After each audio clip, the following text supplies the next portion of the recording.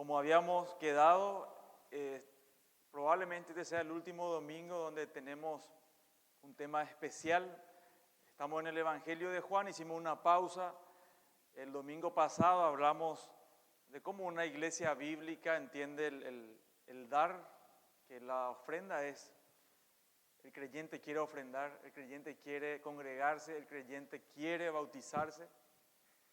Y en esta mañana hay algo en mi corazón y gracias al Señor que proveyó un texto tan impactante, un ejemplo de lo que nosotros como iglesia debemos ser.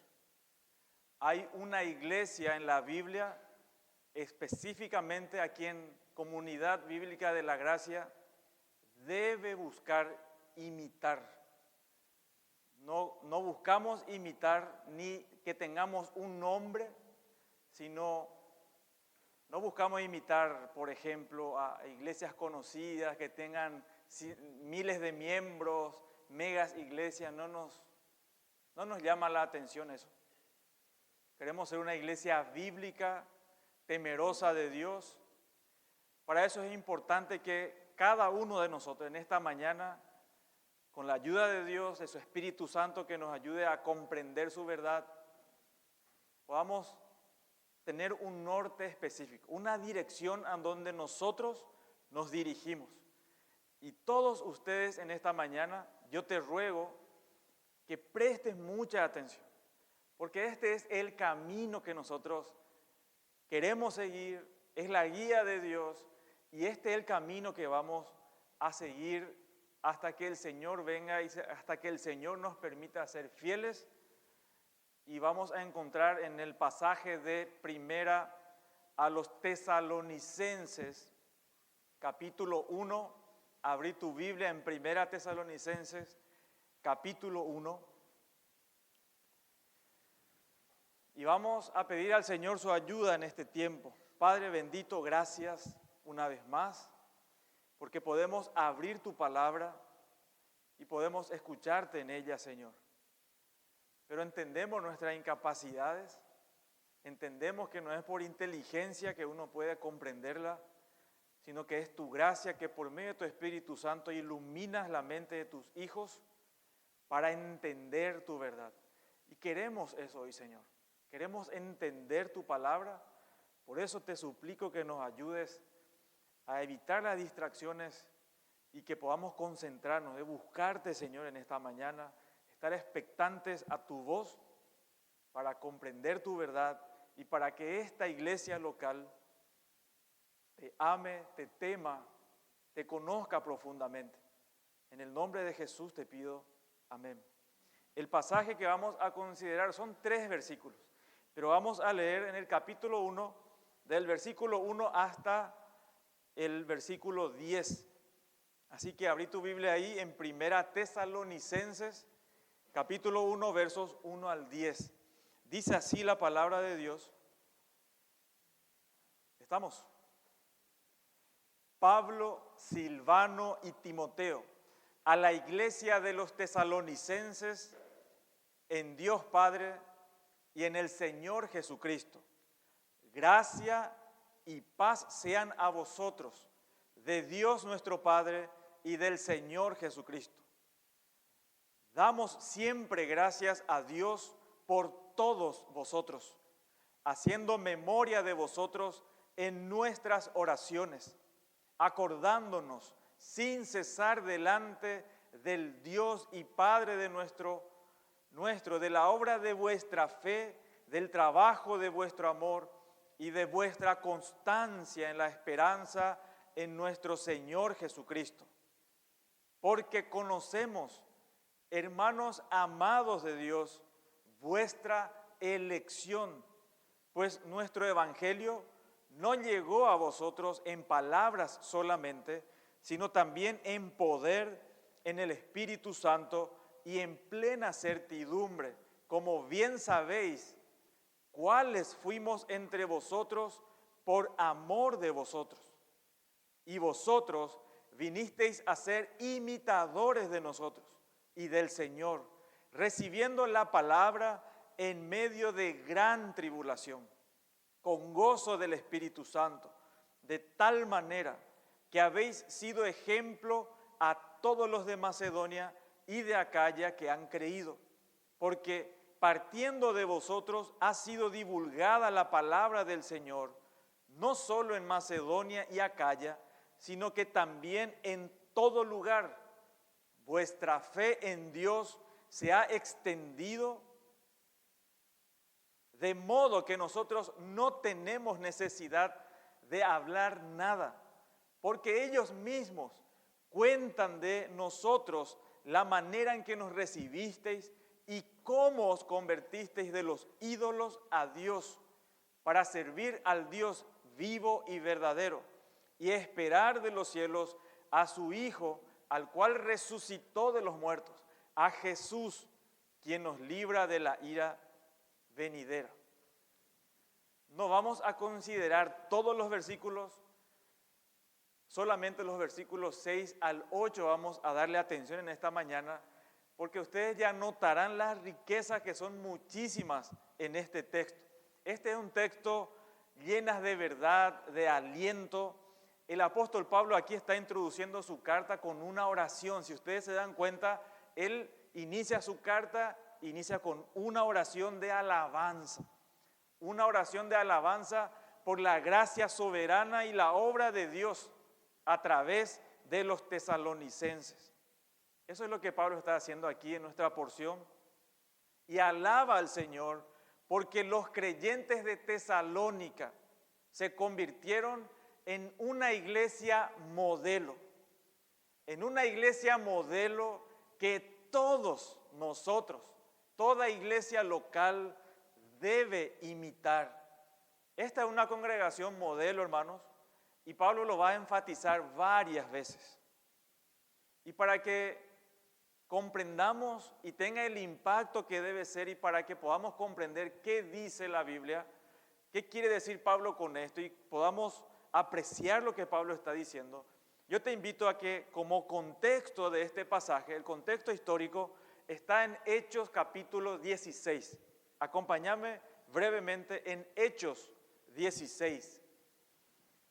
Porque esta iglesia tiene una peculiaridad. Esta iglesia estaba siendo perseguida, era una iglesia joven, una iglesia nuevita. Fue plantada en el segundo viaje misionero de Pablo. Pablo salió con Timoteo, salió con Silas, los tres juntos van en su viaje misionero, en su segundo viaje, y aquí se forma la iglesia de los tesalonicenses. Y fíjense en el versículo 6, aquí inicia la travesía de Pablo. Pablo va a ser dirigido por Dios hacia los macedonios, hacia los tesalonicenses. Dice el 6, y atravesando Frigia y la provincia de Galacia, les fue prohibido por el Espíritu Santo hablar en Asia. Y cuando llegaron a Misia, intentaron ir a Bitinia, pero el Espíritu no se lo permitió. Y pasando junto a Misia, descendieron a Troas, y se le mostró a Pablo una visión de noche. Un varón macedonio estaba en pie, rogándole y diciendo: pasa a Macedonia y ayúdanos. Cuando vio la visión, enseguida procuramos, dice Lucas aquí, para partir para Macedonia, donde por cierto que Dios nos llamaba para que les anunciásemos el Evangelio. En el capítulo 17, un capítulo más, pero les comento qué sucede en el medio. Pablo recibe esta visión del macedonio, se dirige al día siguiente, se dirige a Macedonia, pero tiene que pasar por varias ciudades antes. Y la primera ciudad en donde desembocan es en Filipos. En Filipos presentan el Evangelio, ahí hay una mujer que se llama Lidia que se convierte al Señor. Esta mujer les lleva a sus casas. Luego hay un tumulto en Filipos.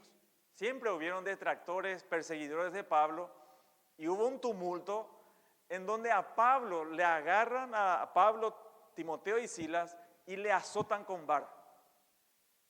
Literalmente, como hablamos nosotros, le revientan a palos. Y en esa situación le meten en la cárcel. Y es en esa cárcel en donde ellos estaban cantando alabanzas, hubo un terremoto, un temblor, la cárcel se abrió de par en par y el carcelero de Filipo, ¿qué iba a hacer? Se iba a suicidar.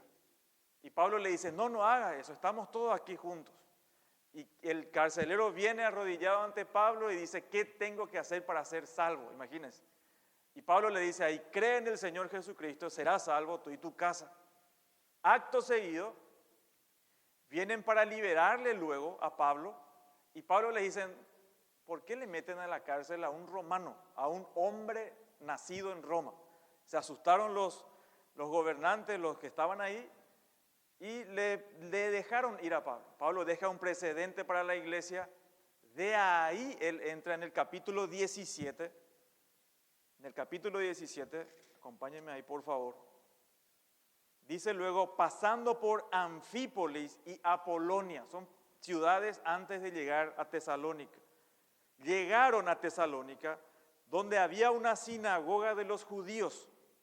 Y Pablo, como acostumbraba, fue a ellos y por 3 días de reposo discutió con ellos, declarando y exponiendo por medio de las Escrituras que era necesario que el Cristo padeciese y resucitase de los muertos, y que Jesús, a quien yo os anuncio, decía él, es el Cristo. ¿Me siguen, hermanos? ¿Me siguen, verdad? Y algunos de ellos creyeron y se juntaron con Pablo y con Silas, y de los griegos piadosos gran número, y mujeres nobles no pocas. Entonces, aquí empieza de vuelta, entonces los judíos que no creían, teniendo celos, tomaron consigo a algunos ociosos, hombres malos, y juntando una turba, alborotaron la ciudad y asaltaron la casa de Jasón. Procuraban sacarlo al pueblo, pero no hallándolos, trajeron a Jasón y a algunos hermanos ante las autoridades de la ciudad, gritando, estos que trastornan el mundo entero, también han venido acá, a los cuales Jasón ha recibido, y todos estos contravienen los decretos de César, diciendo que hay otro rey, Jesús, y alborotando al pueblo y a las autoridades de la ciudad, oyendo estas cosas, pero obtenida fianza de Jasón y de los demás, los soltaron.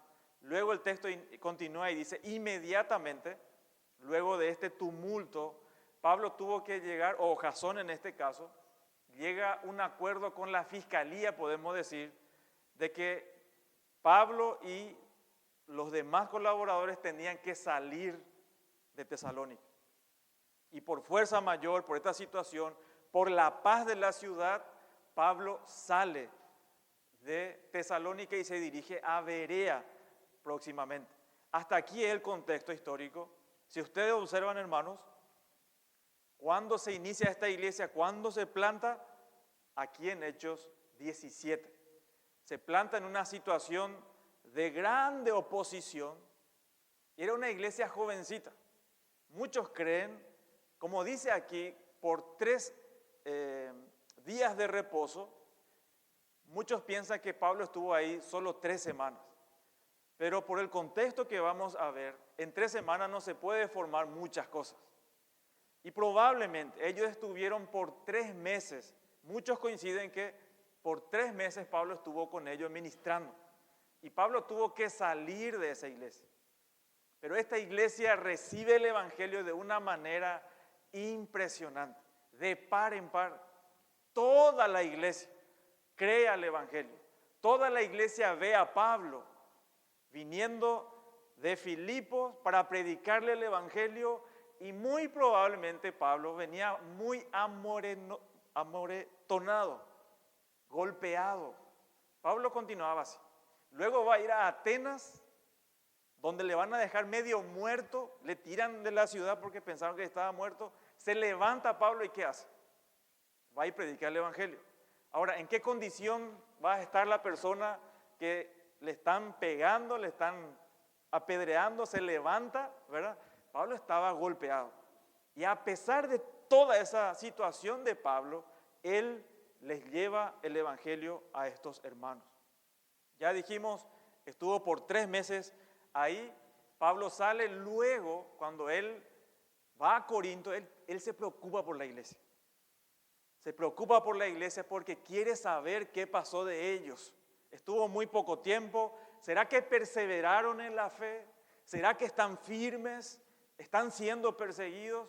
Y Pablo entonces envía a Timoteo. Le envía a Timoteo para que le traiga informe de esta iglesia jovencita. Resulta ser que cuando llega Timoteo para darle el informe a Pablo, esto pueden leer en el 18, 19 de Hechos, llega el informe a Pablo y Pablo se pone contento, porque se queda impresionado de que una iglesia tan joven, una iglesia que está sufriendo persecución y aparentemente sufrió persecución hasta muchos años después, continuó esa situación de sufrimiento. Ellos estaban firmes en el Evangelio, ellos estaban firmes con su liderazgo y Pablo explota en alabanza al Señor y eso es lo que encontramos aquí en 1 Tesalonicenses 1, estos versículos que leemos. Ese es el contexto histórico de este pasaje. Y Pablo se entera y dice, la obra de fe, su labor de amor, su firmeza en la esperanza, eran características predominantes de esta iglesia. Pero Pablo va a decir, la causa principal de toda esta fidelidad, de este ejemplo de estos hermanos, es por la gracia de Dios. La causa principal es la gracia de Dios sobre ellos. Y vamos a ver, hermanos, aquí 3 razones por las que Pablo ve a esta iglesia como una iglesia modelo. 3 razones por las que Pablo da gracias a Dios por los creyentes tesalonicenses y que sirven como ejemplo para una congregación para que imitemos. Y en primer lugar vamos a ver la primera característica de esta iglesia, la cual vos y yo, esta iglesia debe seguir, es su humildad. Humildad. La iglesia debe ser humilde. Y vamos a ver cómo se manifiesta la humildad en la iglesia. Versículo 6. Acompáñame por favor en el versículo 6. La primera razón que Pablo cuando ora y da gracias por esta iglesia es por su humildad. ¿Están conmigo, hermanos? ¿Sí? Por favor, presta mucha atención, es importante. Por su humildad, dice el texto, y vosotros vinisteis a ser imitadores de nosotros y del Señor, recibiendo la palabra en medio de gran sufrimiento, dice el texto, con gozo del Espíritu Santo. En el versículo 5 les recuerda la manera que les llegó el Evangelio. Hasta el versículo 5 les dice, nosotros nos conducimos entre ustedes de esta manera.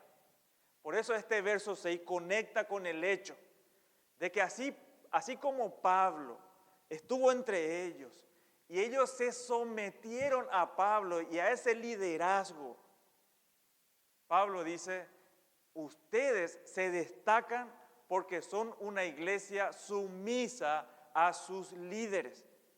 Ellos nos recibieron a Pablo. Imagínense este cuadro, hermanos, que nosotros seamos la ciudad de Tesalónica, los hermanos ahí, idólatras hasta mano poder, y llega alguien ensangrentado y nos predica el Evangelio. ¿Cómo le recibiríamos a esa persona? ¿Le creeríamos que hay vida abundante? ¿Verdad que no? Probablemente lo rechazaríamos. Pero Pablo reconoce que hay una elección de parte de Dios hacia esta congregación. Por eso creen en el Evangelio. Creen en el Evangelio, aceptan de buena gana, aceptan el mensaje que Pablo trae, no solo aceptan, sino que se someten a ellos. Se someten a Pablo, a Silvano, que es Silas, y a Timoteo. Y esto demuestra, hermano, humildad de parte de los creyentes de Tesalónica, porque ellos se sometieron a este liderazgo. Se va Pablo de Tesalónica, se quedan los líderes.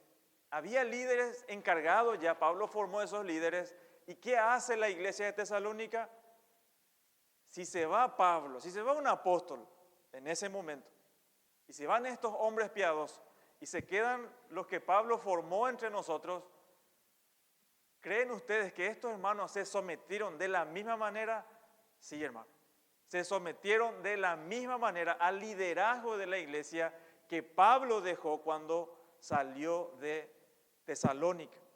Era una iglesia sumisa. Seguían a los líderes que el Señor les había traído. Se sometieron a los líderes y los siguieron. Y Pablo explica con más detalle esta realidad del impacto de esta iglesia al seguir el ejemplo y escuchando y abrazando el evangelio que vivían, que predicaban ellos y que vivían de acuerdo a ello. Pablo modeló este evangelio entre ellos. Ellos vieron un liderazgo piadoso. Y lo que una iglesia debe imitar de sus líderes no es sus antojos, no es su carácter, que él es dominante, habla fuerte. No, su piedad debe imitar, no los antojos de un líder de turno. El líder de la iglesia debe ser un hombre temeroso de Dios, piadoso, que imita a Cristo, para que la congregación pueda imitar a su liderazgo que le parece a Cristo, para que la congregación sea como Cristo. Hacia ahí apuntamos, hacia ahí nos dirigimos. Por eso es tan fundamental que el liderazgo de una iglesia sea piadoso.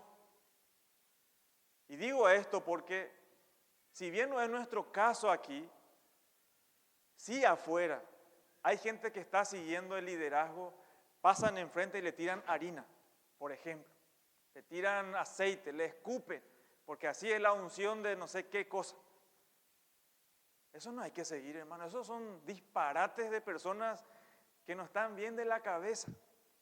No, lo que la iglesia debe seguir es un liderazgo piadoso, bíblico, que sus líderes, lo que debe exigir de sus líderes es que teman a Dios, conozcan la Escritura, que vivan vidas piadosas verdaderas.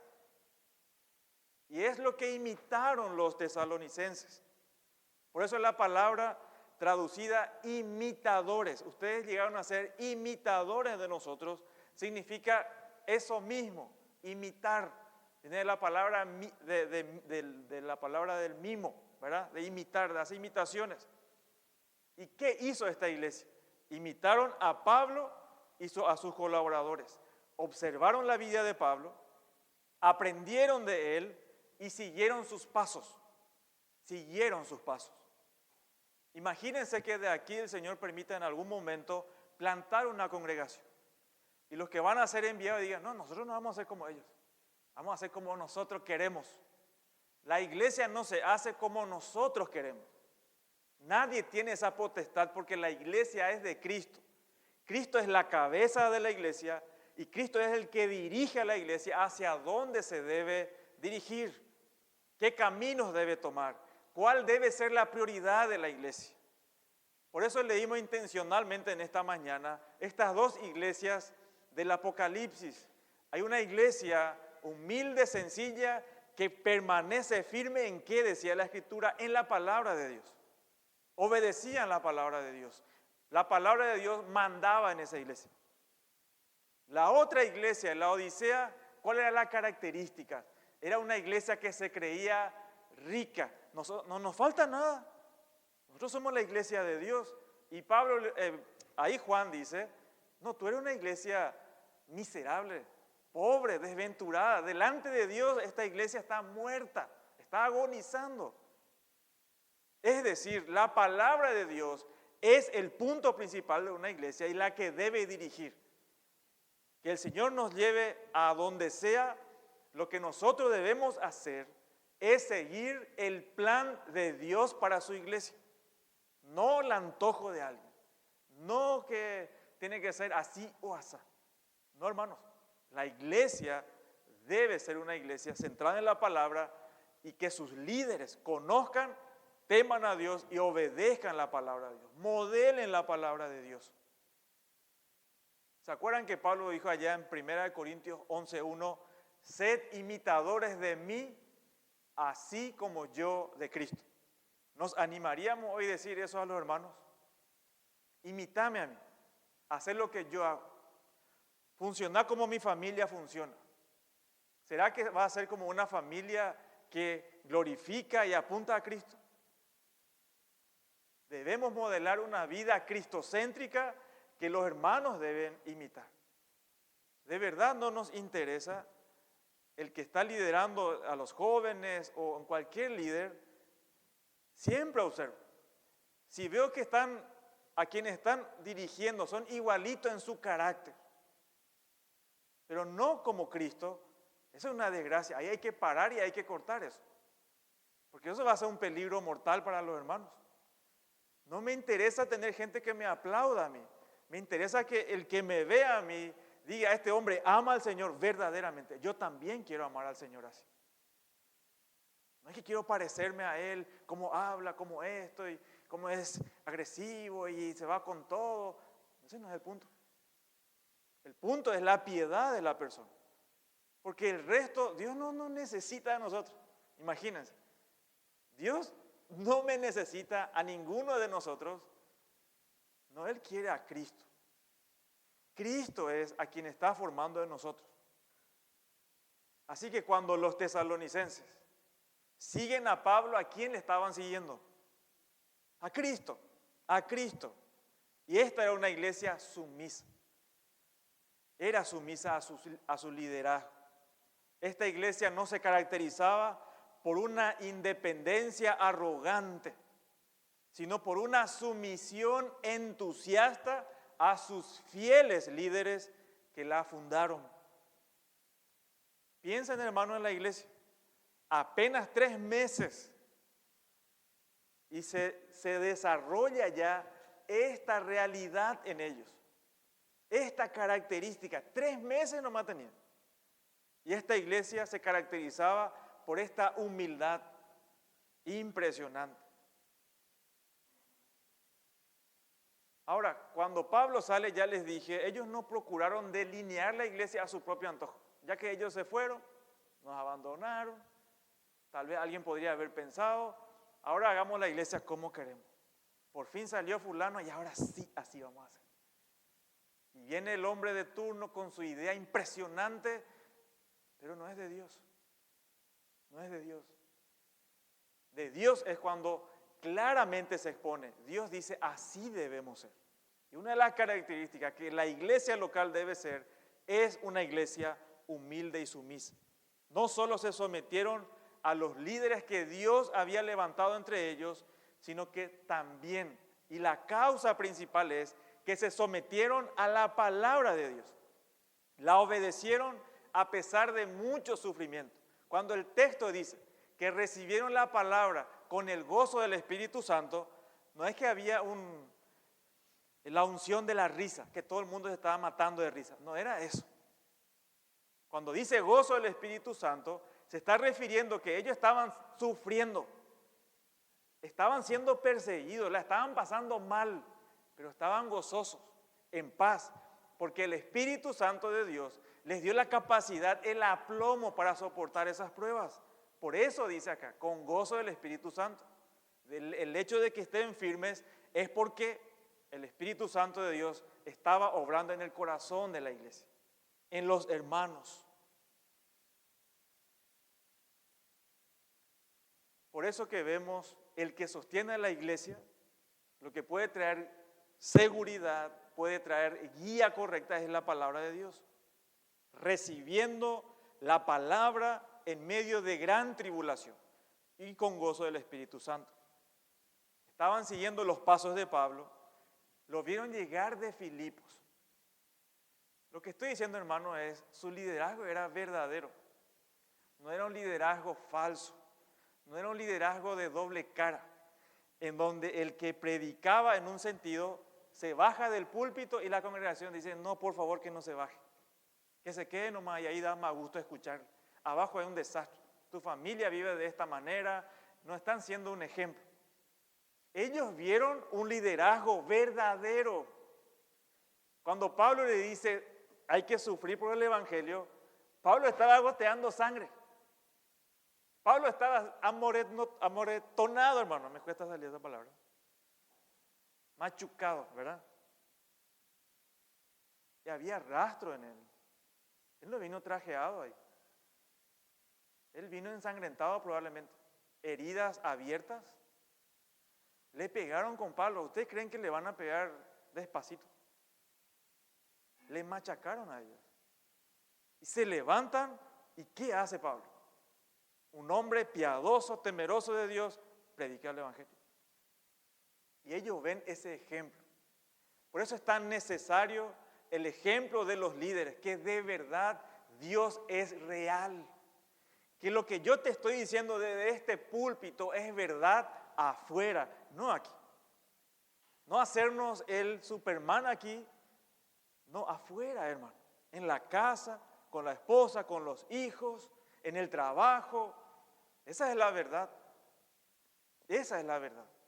No la intelectualidad, que no es que esté mal, que uno sepa hablar. No, el carácter es que modele a Cristo. Y ellos siguieron, ellos vieron eso. Les impactó de tal manera que ellos imitaron, copiaron exactamente como eran Pablo y Pablo y los demás, como eran entre ellos. Se sometieron a la palabra de Dios a pesar de todas las dificultades que les iba a traer. No es que ellos recibieron el Evangelio y terminó el sufrimiento. No es así. Probablemente cuando crezcas o conozcas el Evangelio y que Cristo sea tu Señor, van a empezar los problemas, van a empezar las dificultades, van a empezar las pruebas terribles. Es casi normal eso. Cristo no nos prometió, cree en mí y todos tus problemas se solucionan. Al revés es. En el mundo van a tener aflicciones. Eso es lo que el Señor nos dice a nosotros. Así que no esperemos rosa de la gente, que nos tiren flores como dicen algunos. No, probablemente nos van a rechazar. Te pregunto si vas a estar firme en la fe a pesar del rechazo. Si estás fundado en el Evangelio, en la palabra de Dios, vas a permanecer firme a pesar de todo. Y esto no es, cuando Pablo le dice eso, no es ahí nomás, en ese momento nomás. En el capítulo 2, en la segunda carta, vuelve a repetir lo mismo. Permanecieron firmes en todo momento y situación y circunstancia. No cuando sus líderes nomás están. No, en todo tiempo, hermano. Pablo le va a decir luego, damos gracias. Y después dice, porque cuando ustedes recibieron la palabra, le voy a decir en el capítulo 2, verso 13, yo les leo, que oyeron de nosotros, la aceptaron no como palabra de hombres, sino como lo que realmente es la palabra de Dios, la cual obra en ustedes los creyentes. Entonces, hermanos, ¿qué característica nos muestra esta iglesia? Que acepta el liderazgo de a los que Dios puso, el liderazgo piadoso, no busca un ejemplo. Un ejemplo. Nuestro corazón es tremendo. El orgullo es una cosa de loco. Se disfraza pero de mil maneras. De maneras piadosas y otros tal cual como es pecaminosa hasta más no poder, ¿verdad? Pero una de las cuestiones, por ejemplo, que la iglesia ponga el alimento, están los grupos hogareños o el devocional de la iglesia, y alguien va a aparecer y dice, yo leo mi propio devocional. El devocional de tal lugar, ¿está mal eso? No está mal. Está prohibido leer devocionales del otro, pero cuida tu corazón. Nuestro corazón es rebelde, se quiere independizar, cree que es autosuficiente. No, si Dios te puso en esta iglesia, come lo que hay en esta iglesia. Participar de la comida de esta iglesia. No es que no sé si me entienden, hermano. Cuida tu corazón. No seas autosuficiente. No tengas tu propia agenda cómo deben ser las cosas. No, seguí el liderazgo que Dios te da. Una iglesia humilde se somete a su liderazgo bíblico. Y una aclaración más.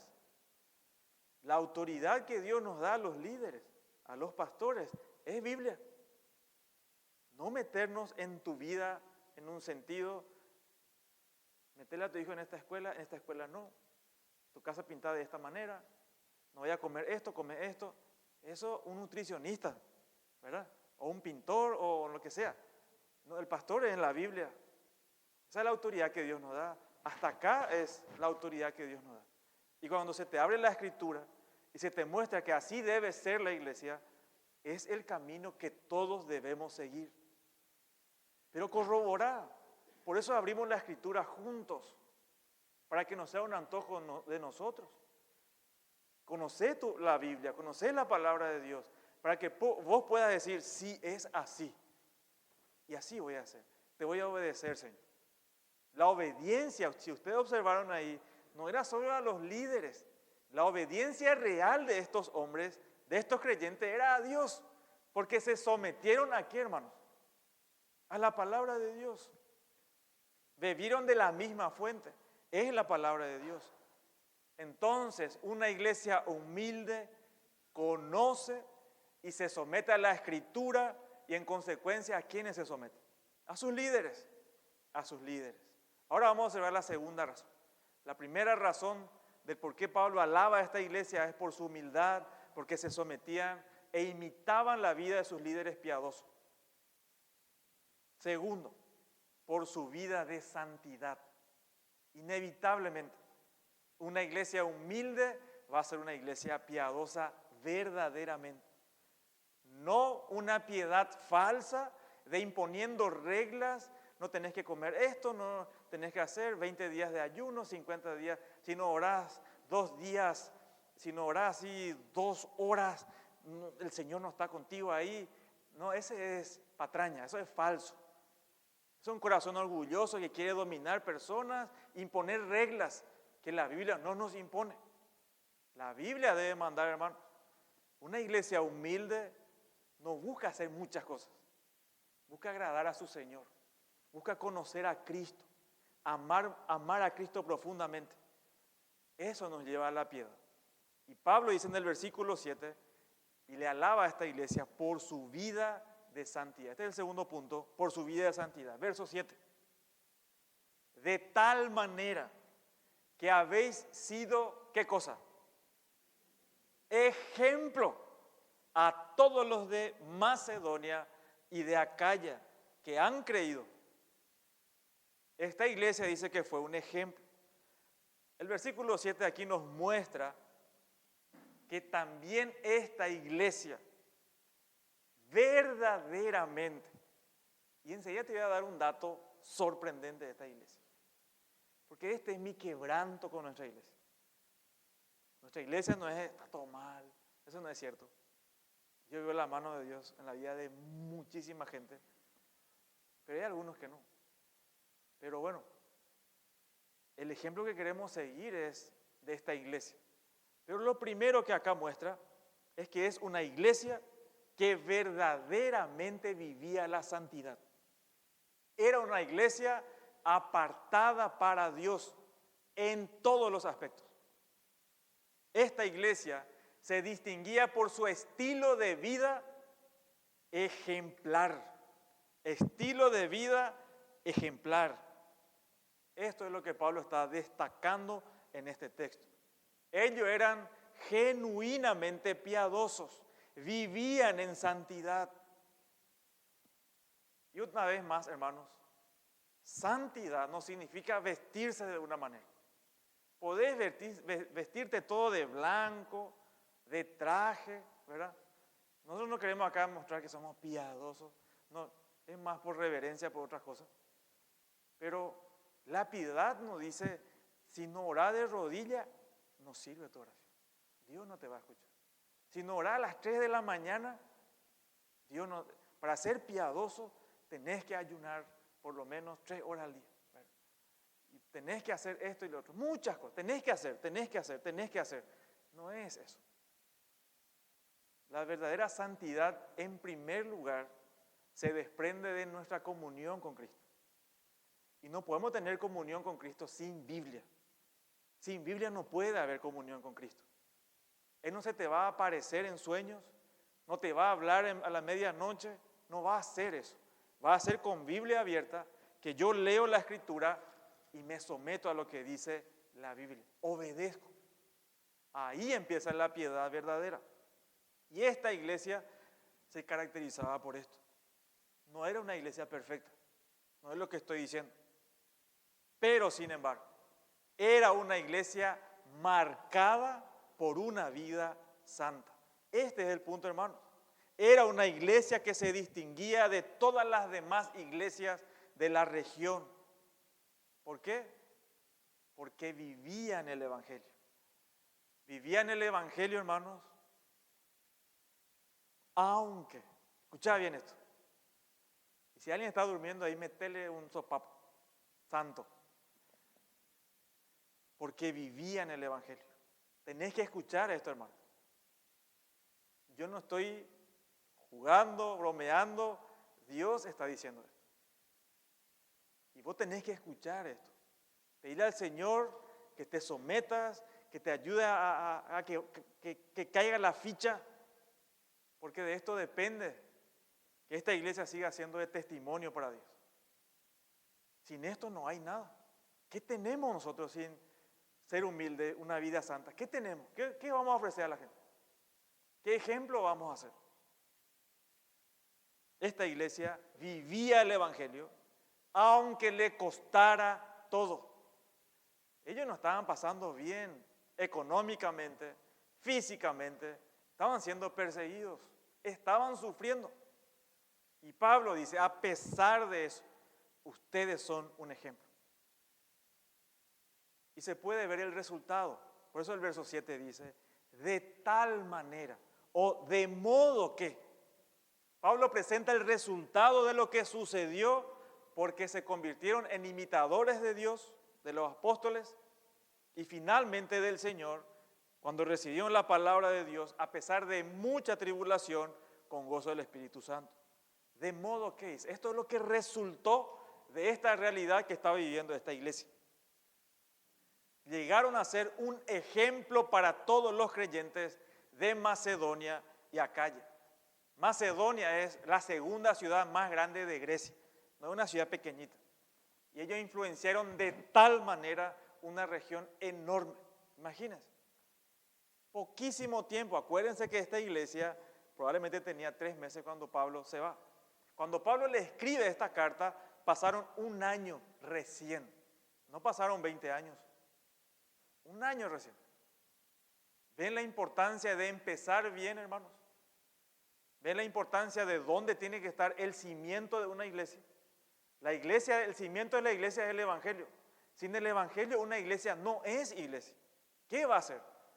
Un centro de entretenimiento. Eso va a ser. Sin Evangelio, la iglesia no es nada. ¿Qué le podemos ofrecer al mundo?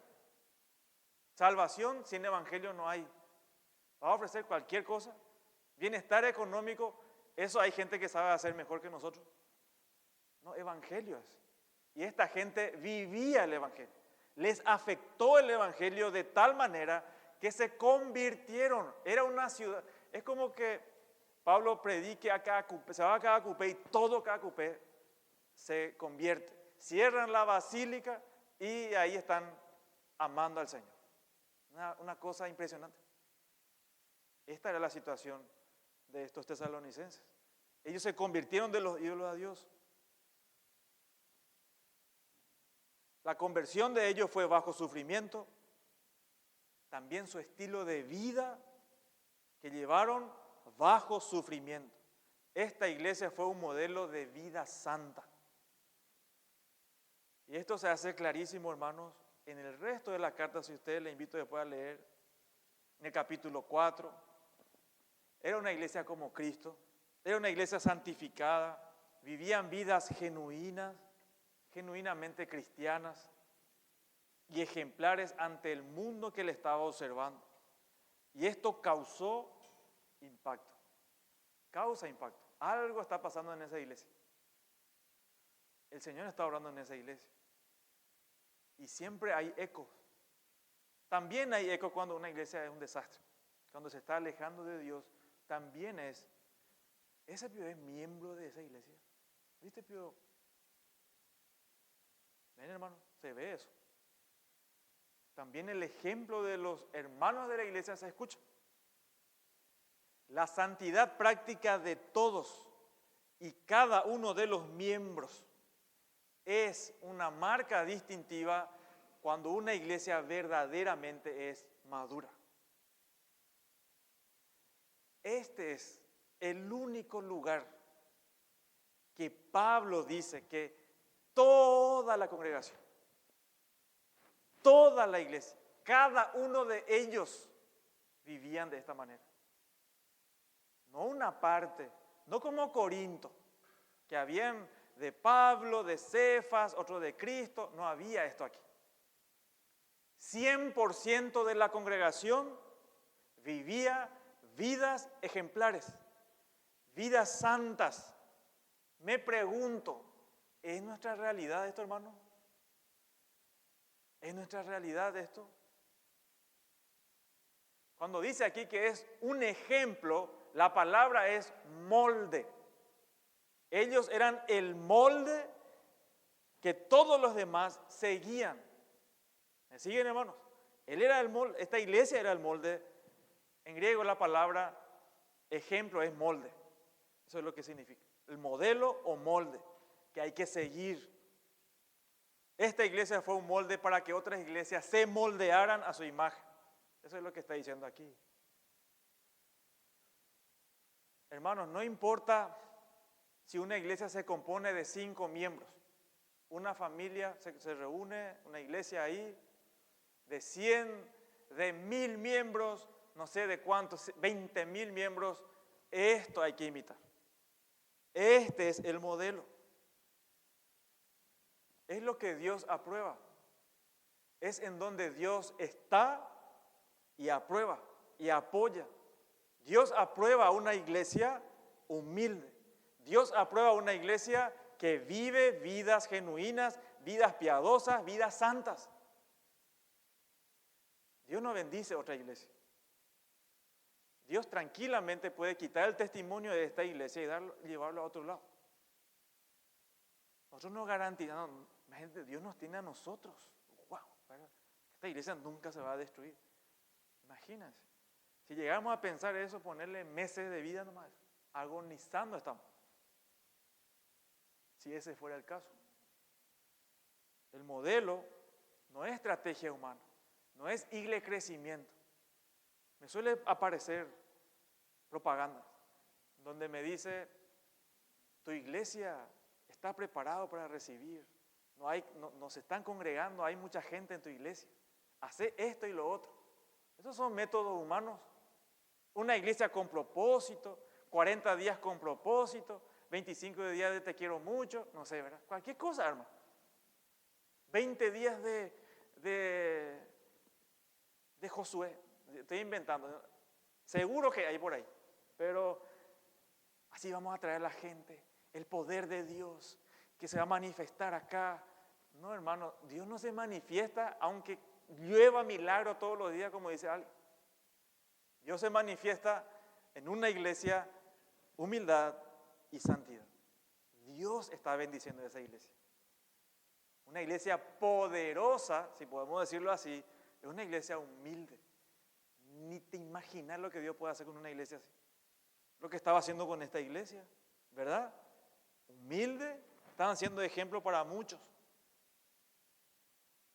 Toda la iglesia, no solo algunos, toda la iglesia vivió vidas ejemplares de fidelidad y su reputación fue de aliento a otros. Pablo estaba en la prisión después. Hermanos, qué alentador, ¿verdad? Qué alentador que toda una iglesia puede ser de esta manera. Y como les dije, mi quebranto por nosotros, hermano, de verdad. Eso a mí me conmueve, yo pienso mucho en esto, porque procuro observarle a todo el mundo, no puedo, evidentemente. Hay hermanos con que nos reunimos, ¿qué tal tu grupo? ¿Qué tal fulano? ¿Qué tal mengano? Y escucho cosas, ¿verdad? Y a veces mi corazón se entristece mucho porque queremos a veces escondernos en medio de la congregación. Que acá todos parezcamos piadosos, que cuando a su esposa le dice, se le cayó algo, mi amor, te voy a alzar, ¿verdad? Pero delante de la gente eso es. Y la humildad con otros, alguien le ofende y se ríe, te disculpo hermano, pero afuera no es así, en su casa no es así, denigra a su esposa, maltrata a los hijos, no le educa en el Señor, su prioridad está en el dinero, en el trabajo, en cualquier cosa, menos en Dios, menos una vida piadosa. Pero viene a la iglesia y él se convierte. Eso se llama hipocresía, hermano. ¿Crees que Dios va a jugar contigo? Vemos en el Antiguo Testamento, cuando Dios dice a su pueblo, usted tiene que santificarse, yo voy a estar en medio de ustedes. Alguien hace una ofrenda que no debería, los hijos del sumo sacerdote, ¿qué hace Dios? Los mata.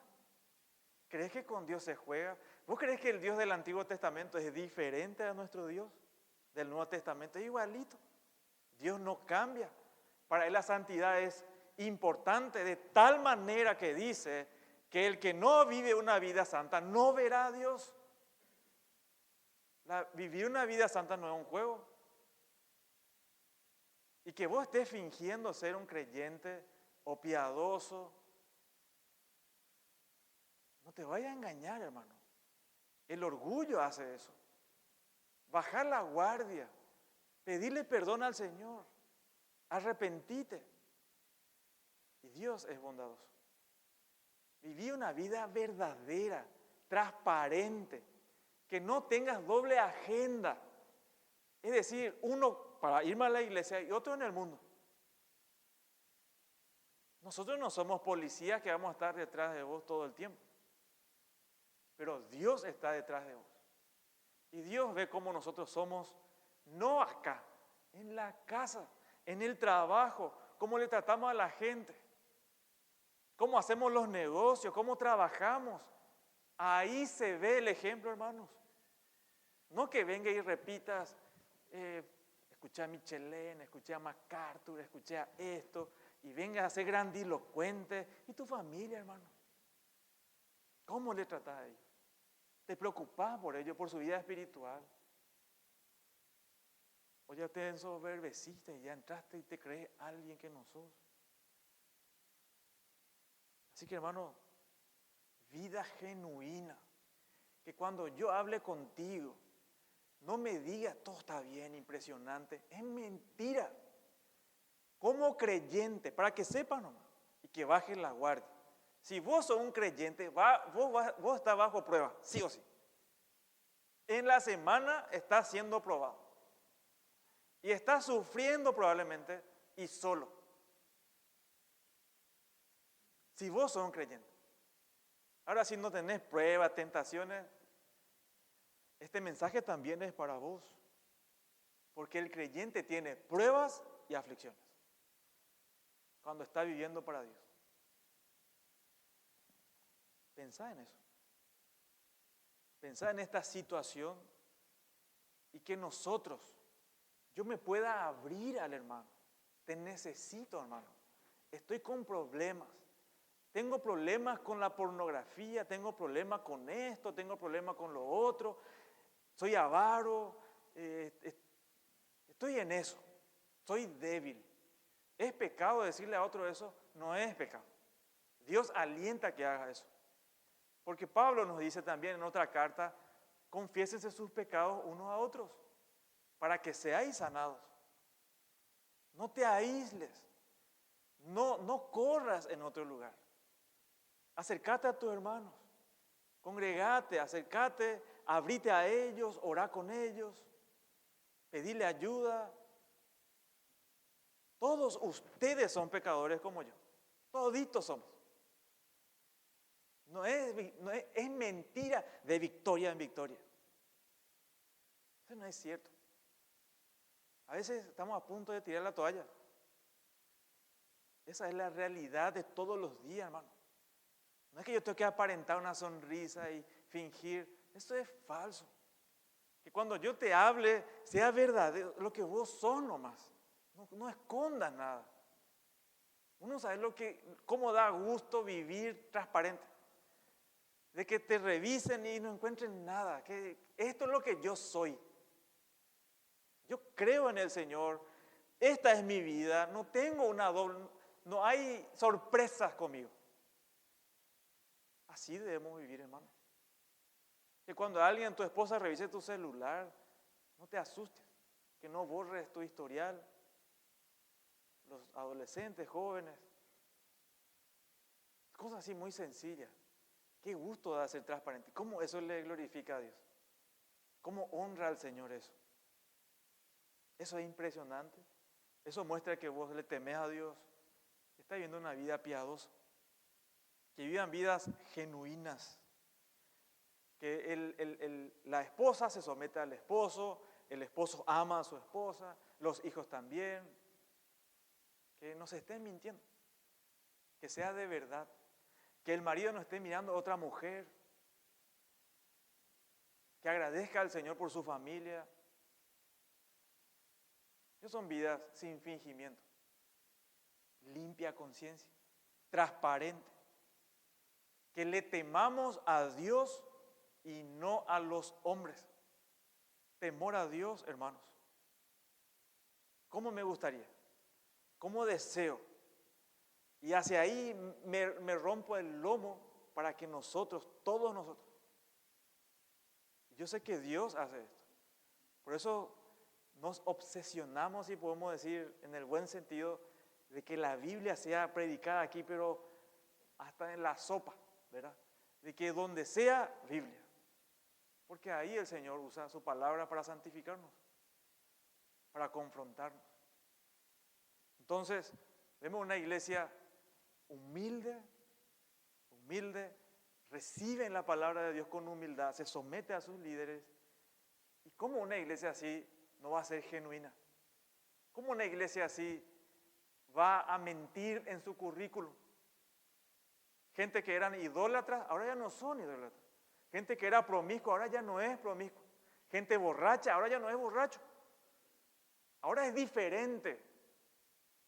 Está haciendo un ejemplo. Él era un atorrante antes, ahora ya no es así. Ahora es un hombre genuino, un hombre de Dios. Él era antes así, ahora ya no es más así. Vidas santas. Y en tercer y último lugar, esta iglesia era un ejemplo que nosotros tenemos que seguir por su cultura de evangelismo. Y esto es impresionante. Por su cultura de evangelismo. Cuando hablo de cultura de evangelismo, estoy hablando de estilo de vida. El estilo de vida de estos hombres, de estos creyentes, era el evangelio. Era el evangelio. Verso 8, síganme en el verso 8. Verso 8, hermano. Porque partiendo de vosotros ha sido divulgada, ¿qué cosa? No solo en Macedonia, ni Acaya, sino que también en todo lugar. ¿Cómo enfatiza esto Pablo? En todo lugar vuestra fe en Dios se ha extendido. De manera que, como resultado de esto, dice el texto, Pablo y sus colaboradores dicen, no tenemos necesidad de hablar nada. ¡Wow! Está impresionante. Te va ahí en el barrio, venimos aprendiendo el evangelio. Sí, vino fulano y ya me habló. ¡Qué gusto! Yo no sabía que ellos eran creyentes. 20 años bien al lado. No sabían que eran creyentes. Impresionante. No, esto no pasó con ellos. Ellos, dice, hablaron. Pablo no está exagerando acá. Pablo no está alentando nomás por si acaso. No le está mintiendo, Dios no miente. Le está alentando. Nosotros vamos a predicar, pero había sido ustedes ya predicaron ayer. Ya nos hicieron fácil el trabajo. Esta era la iglesia. Porque ellos mismos dicen. a quienes los tesalonicenses predicaron, cuentan de nosotros la manera en que nos recibiste. ¿Ven el énfasis? ¿Cómo nos recibiste? Y cómo se convirtieron de los ídolos a Dios. De los ídolos a Dios. Para servir al Dios vivo y verdadero. Y esperar de los cielos a su Hijo. Bueno, hermanos, el versículo 8. Esta es una iglesia sumisa, santificada, apartada, un ejemplo. Y explica por qué partiendo de vosotros. Queridos hermanos, ¿de qué nos habla esto? ¿Qué quiere Pablo enfatizar cuando dice de que de ustedes fue divulgada la palabra de Dios? ¿A qué se refiere? En nuestros términos podemos decir, esto es una iglesia que evangeliza. Una iglesia que evangeliza. Que tiene una cultura, un estilo de vida del evangelio y el evangelismo. Es una iglesia llena del evangelio. ¿Por qué el creyente tiene miedo de evangelizar? Imagínense, eso. Si estos hermanos y los del primer siglo estuvieran y pudieran estar en esta mañana con nosotros, y nosotros le decimos, vos sabés que tengo vergüenza para predicar el evangelio. Yo no sé qué nos harían ellos, ¿verdad? Yo no sé si agarrarían los palos con que ellos le pegaron y a cada uno de nosotros. ¿Cómo puede ser que yo tenga vergüenza de presentar el glorioso evangelio? El poder de Dios desatado en el evangelio. ¿Cómo yo voy a tener miedo? ¿Saben por qué a veces tenemos miedo? Porque no conocemos el evangelio. Ese es el problema de los evangélicos, no conocen el evangelio. Piensa que, esta es una iglesia evangélica, yo soy evangélico. No es así. Si yo entro en un hospital, yo soy un hospital. Yo soy un sanatorio. No es así. No predicamos el evangelio porque probablemente no conocemos el evangelio.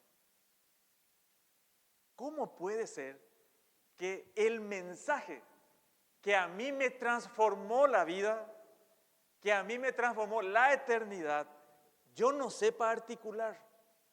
Entonces, ¿qué fue lo que yo creí? Te pregunto, ni alce la mano ni nada, yo te pregunto y te animo, te exhorto a que hagas esto. Vaya a tu casa luego, sinceramente, sin ayuda de nadie, vos solito, y pregúntate ahí, ¿qué es lo que yo creí? ¿Dónde está sustentada mi fe? ¿Cuál es la base? ¿Qué es lo que yo creo? Realmente, no lo que finjo, ¿qué es lo que yo creo? Y probablemente te lleve una sorpresa. Y si te lleva una sorpresa, hay misericordia. Hay misericordia. Para que creas, busques, conozcas el evangelio y que creas, que te apropies. Hacelo, hermano. Yo te ruego en el nombre de nuestro Dios que lo hagas. Es de vida o muerte, porque te puede estar engañando de que sos un creyente. Y eso va a ser tragedia para tu vida. Porque con el evangelio no se juega. O se cree y hay un cambio real, o yo nunca creí, a lo mejor mentalmente sé ciertos datos, como los demonios, pero no creo realmente. No me afecta mucho. Yo sigo con mi vida, con mi forma de ser. Nadie va a mandar por mí, ni Dios. Sí, me voy ahí, ya está, ya suficiente, ya tiene que me vaya a la iglesia. Yo te animo, de verdad, te ruego yo que haga eso. Es de vida o muerte. Y si necesitas ayuda, nosotros estamos para guiarte. Hacé esto. ¿Qué es lo que vos crees? Una persona hablando le dije, no era creyente, pero yo sé que frente a su hijo era católico, pero fuerte, como se dice, y rezan ellos por la comida y esto y esto. Pero en privado le pregunté, ¿qué crees realmente? ¿Vos crees realmente eso? Me dice sinceramente, y yo no creo eso, me dice. Porque es algo bueno, porque veo a mi hijo que están agradeciendo por la comida, se está portando, están rezando. Es moral eso, ¿verdad? Pero no creían, porque lo que yo creo me afecta, pues.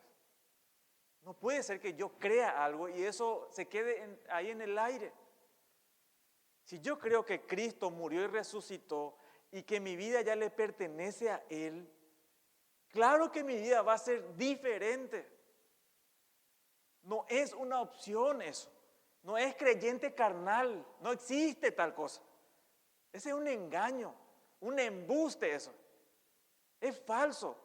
Puede vivir como demonio, pero él hizo una oración y ya es creyente. Mentira es. Es el estilo de vida que te dice que vos sos o no sos. Eso dijo Santiago, ¿se acuerdan en su carta? ¿De qué me sirve a mí? Dice, yo tengo fe y no tengo obras. Si yo tengo fe verdadera, se va a manifestar en obras. Inevitable es. Así como es inevitable que vos seas como sos afuera. Porque probablemente tu vida no le pertenece al Señor. Por eso se manifiestan estas cosas que es más parecido a Satanás que a Dios. Si somos hijos de Dios, vamos a actuar como hijos de Dios. Conocer el Evangelio. Apropiate de ello y no vas a parar de hablar del Evangelio. No tenemos que hacer campañas, no tenemos que decirte a vos, evangelizar, vamos a ver un día de evangelismo, un día de esto. No, esa es la vida del creyente, eso, hermano. La vida del creyente, yo no me puedo callar eso. Voy a estar con alguien en el trabajo, va a haber un momento, me va a empezar a hablar de cualquier cosa, y así como Jesús hizo con la mujer samaritana, dame agua. Vamos a hablar de balde y nada acá, ¿verdad? Dame agua. Entonces le da el agua y hace una cosita ahí, y después le lleva a dónde. Yo te quiero presentar el agua viva. El creyente hace eso. Es en la conversación normal de la vida. No hay que hacer campaña de evangelismo. ¿Está mal? No está mal. No digo que esté mal, pero ese no es el punto.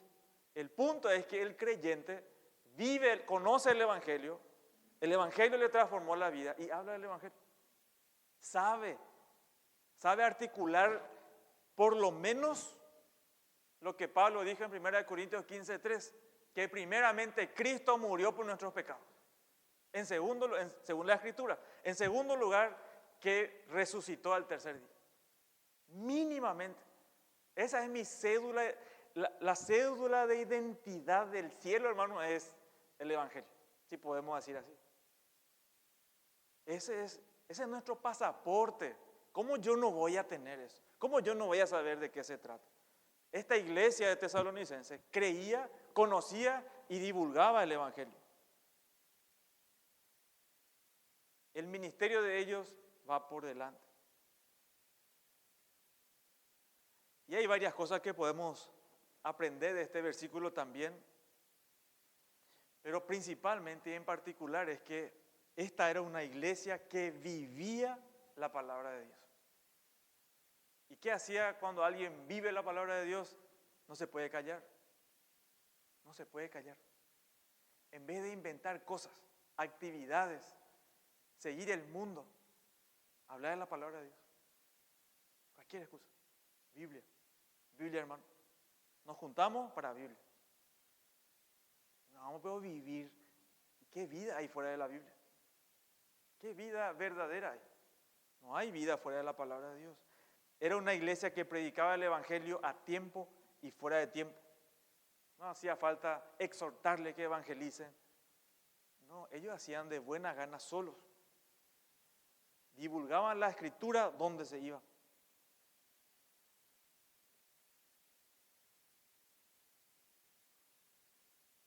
Esto es alentador, esta es una iglesia modelo, es lo que queremos ser. No sé si están conmigo, esta es la iglesia que queremos ser. Si por ahí no te queda claro, esto se va a grabar, volver a repetir. Esta es la iglesia que queremos ser. Así, tal cual. Esto que vos sepas claramente, yo no sabía, vos sabés qué, no te estoy hablando así clarito. Comunidad Bíblica de la Gracia quiere ser esto. A esto nosotros nos vamos. Y yo, como le dije, no pude evitar pensar en nosotros, porque es para nosotros. Porque de muchas maneras yo veo que seguimos esto, tratamos, estamos en el camino. Quiero alentarles con esto, no quiero adularles, de verdad, hermano, yo me gozo cuando escucho por ahí fulano cómo está hablando y cómo está testificando, cómo aprovecha el tiempo en su casa y junta personas, evangeliza, otro muchacho que está ahí, o sea, que prediqué a fulano esta semana, ese, como dice, ¿verdad? Uno está feliz como perro con dos colas, ¿verdad? Una cosa impresionante, da gusto escuchar esto, cómo esta persona cuando habla de su fe es sólido, no habla como los testigos de Jehová ni como los mormones, ¿verdad? Que ellos también dicen que creen en Jesús, pero no son. No, esta persona sí habla y es firme, y veo cómo están estudiando la Escritura, cómo están esforzándose. Esto es, bueno, el gozo, el aliento que nos da eso es increíble, ¿verdad? Da gusto ver eso. Y yo veo en muchos de ustedes eso, ¿verdad?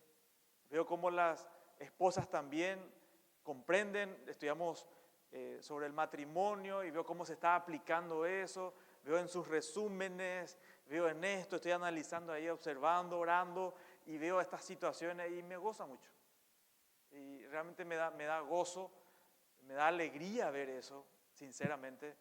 Y veo cómo algunos están cambiando poco a poco, pero veo que están batallando, están luchando y eso es alentador, hermano. De verdad le digo. A veces uno quiere salir corriendo, pero eso 1 o 2 veces me da al año, pero normalmente me quiero quedar, ¿verdad? Para mí es un gozo pastorearle, para mí es un privilegio que no merezco, es algo que el Señor en su gracia nos otorga y lo mata a veces, ¿verdad? Pero ¿qué vamos a hacer? Así somos y da gusto, de verdad, les amo, me encanta ver eso, pero también me duele cuando veo hermanos que están fingiendo, fingen, no es cierto su vida. ¿Para qué nos engañamos? A veces uno habla con criatura y con criatura se entiende, pero que una criatura venga a decirte después, en un sentido, a alguien ya de 70 años, que la vida es así, él tiene 10 años, para un ratito, no es cierto. Y eso uno ve, percibe eso, huele eso. Y veo eso en algunos y oro por ellos, que el Señor les quebrante, que el Señor les haga ver cosas que pasan en sus vidas y que dejen ese camino pecaminoso, que se suelten por primera vez, que amen al Señor realmente, que no finjan, que sean genuinos, que sean creyentes. Eso no, creyente, ¿verdad? Creyente de verdad, que lucha, tiene debilidades, no es Superman, es un creyente con muchas debilidades, pero que está procurando sinceramente. Y el Señor va a dar fruto en nosotros. Y yo ruego que todos nosotros, cada uno de nosotros, sea un creyente genuino, que esta iglesia se caracterice por esto, que todito nosotros, que cuando hablas contigo seas humilde, sencillo, que no te creas más que otros. Vos no de verdad, no importa qué dinero, qué estudio tengas, vos sos un miserable pecador como yo. Lo único atractivo que tenemos es el Evangelio. Lo único. Es lo diferente de nosotros. Pero a veces títulos, dinero, posición, nos quiere hacer pisar el palito del orgullo. Quiere hacernos creer que somos alguien o mejor que otros. Y la Biblia nos dice eso. La Biblia dice bien que lo vil y menospreciado Dios eligió, ¿o no? ¿Eso somos nosotros o no, hermano? Sí somos nosotros. Vos sos eso, si son creyentes. Yo soy eso. No es lo más. Eso es falso, no. Eso es orgullo. Amarle a tu hermano, sé sencillo, simple. No tengas vergüenza de invitarle a tu hermano en tu casa, por más que tu casa no brilla todo, que sea sencillito. No tengas vergüenza. Compartir lo genuino, lo verdadero que tenemos, el tesoro que tenemos en vaso de barro, ¿verdad? Que es el Evangelio. Apuntemos a eso y que realmente busquemos ser genuinos en ese caso. Si no, ¿qué tenemos? O si no, ¿cuál es nuestro activo como iglesia? Nada. Sin humildad, sin santidad y sin el Evangelio no somos nada. Nada. De verdad va a ser mejor que te vayas a la cancha los domingos que venir si no hay eso. Sinceramente. Por lo menos ahí alguna emoción vas a llevar. Pero que en esta iglesia haya. Que los grupos hogareños realmente juntos se sometan, escuchen al que le está enseñando, que no se crea que sabe más, que esté atento, que aprenda y que sea humilde, que todo, que puedas partir. Yo no necesito un grupo hogareño, yo solo en mi casa, yo y el Señor sabemos. No, vos sos soberbio si pensás eso. Eso no es cierto. Vos necesitas a tu hermano, solo vos no podés, solo son demonios. Necesitas a tu hermano que te puedan decir, estás en esto no es así. Hermano, cambia tu vocabulario, tu reacción a esto. Necesitamos eso, ¿o no? Necesitamos. ¿Dónde va a pasar eso? En tu casa no. Unite, busca al Señor. Y como le digo, me gusta, veo que se someten a muchos, más son los que se someten a la palabra y veo eso en sus vidas. Y es genial, ¿verdad? Escuchar a alguien, a veces pido a las personas, ¿me puedes anotar el evangelio que creíste? A algunos le pido, ¿verdad? Y si no me creen, si tengo acá, ¿verdad? Tengo acá, no voy a leer, así que esa persona que me entregó, que no se preocupe, ¿verdad? Pero le pido, decime qué es el evangelio, me interesa eso. ¿Qué más me puede interesar en tu vida que conozcas el evangelio? ¿Qué más, hermano? ¿Verdad? Así que, hermanos, que el Señor nos ayude, que podamos nosotros seguir creciendo, seamos sencillos, bajemos la guardia, pidamos perdón lo que tenemos que pedir perdón, aferrémonos al Señor, busquémoslo en la semana, no finjas, verdaderamente buscarle a Dios, lee tu Biblia, que no se te escuche más. Vos sabés que no leí esta semana mi Biblia, tengo mucho trabajo. Vos sabés que eso es un inmaduro, habla así. Uno que ama al Señor no habla de esa manera. Dice, yo le escuché al Señor toda la semana, impresionante. Y si te puedes juntar en familia, hacerlo en familia, dejar de todas actividades, no hay otra cosa más importante. ¿Qué hay más importante que estar juntos y leer la Biblia juntos? Decime qué hay que puede ser más importante que eso. No hay, literalmente no hay. Hermanos, Dios les bendiga, Dios nos santifique. Oro para que el Señor santifique esta iglesia. Y si hay alguien que está fingiendo y quiere dañar la iglesia, oro también para que Dios limpie la iglesia, le saque de este lugar, porque si no, pudre, es como la levadura que fermenta todo, afecta nuestra vida, afecta a la congregación. Lo que hacemos a escondidas nos afecta a nosotros. Oremos unos por otros, oren por los que predican toda la semana en los grupos hogareños, oren por favor, que lo que predique este hermano el domingo sea tu palabra. Queremos escucharte, Señor, dale fuerza, sabiduría, paciencia, ánimo, y que investigue y que nos dé tu palabra. Queremos tu palabra. Amén. Oramos. Señor, gracias por tu misericordia, por permitirnos estudiar esta porción acerca de esta amada iglesia que fue alguna vez de los tesalonicenses. Qué preciosos creyentes que eran. Qué humildad, qué ejemplo para nosotros. Y Señor, que esta congregación que es tuya, que nos reunimos todos los domingos, que podamos imitar, Señor, estos puntos.